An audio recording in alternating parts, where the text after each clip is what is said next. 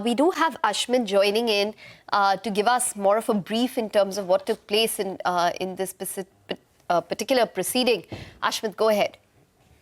Well, two very important takeaways. The first is May 2nd is when the Supreme Court had given the original judgment where it had scrapped the JSW Steel Resolution plan altogether. The reasons for doing so, the Supreme Court had said delays and procedural violations. These are two aspects that had been flagged. It is in review of that JSW as well as lenders had moved. Today, the judgment coming in their favor, the Supreme Court overturning its own judgment, upholding earlier NCLAT verdict and saying that this is a plan that needs to go through, that this not allowing this plan would be disastrous. It would be setting the clock back as far as the IBC regime is concerned. And importantly, there are key findings that come in favor of JSW Steel. Number one, the court says that as far as delays are concerned, it is not on account of either the COC or the JSW Steel.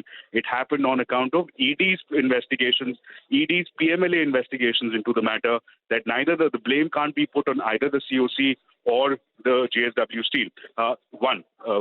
Further, the Supreme Court goes on to say that as far as even these delays are concerned, there were consistent efforts being made by both the lenders, the banks, as well as by JSW Steel to ensure that somehow they can be overcome. There is expeditious implementation.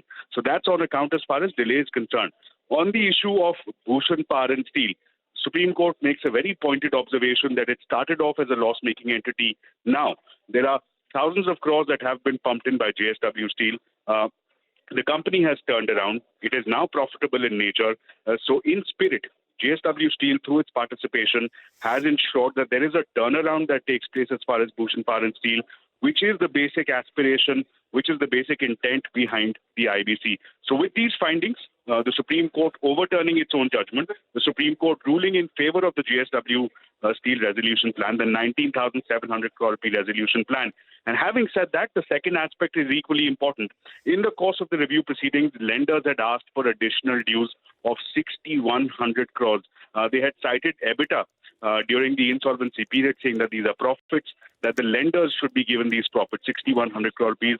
That argument has also been squarely rejected, saying that there is no mention of EBITDA going to the lenders as a part of the resolution plan or as a part of the RFRP, and therefore that argument also deserves to be rejected. So a huge win for JSW Steel. Number one, their resolution plan now stands restored, and number two, no additional dues of 6,100 crore rupees that they need to now cough up towards the lenders. Okay, all right. Thanks a lot, Ashmit, for joining in and giving us a quick update. And you'll be wondering why JSW Steel is not running away, because this is a sentimental positive. No one was factoring in that the asset would actually be taken away from them, because it would be an absolute mess. They'd put in closer to 20,000 crores. They'd put in additional money after that as well to get the asset running.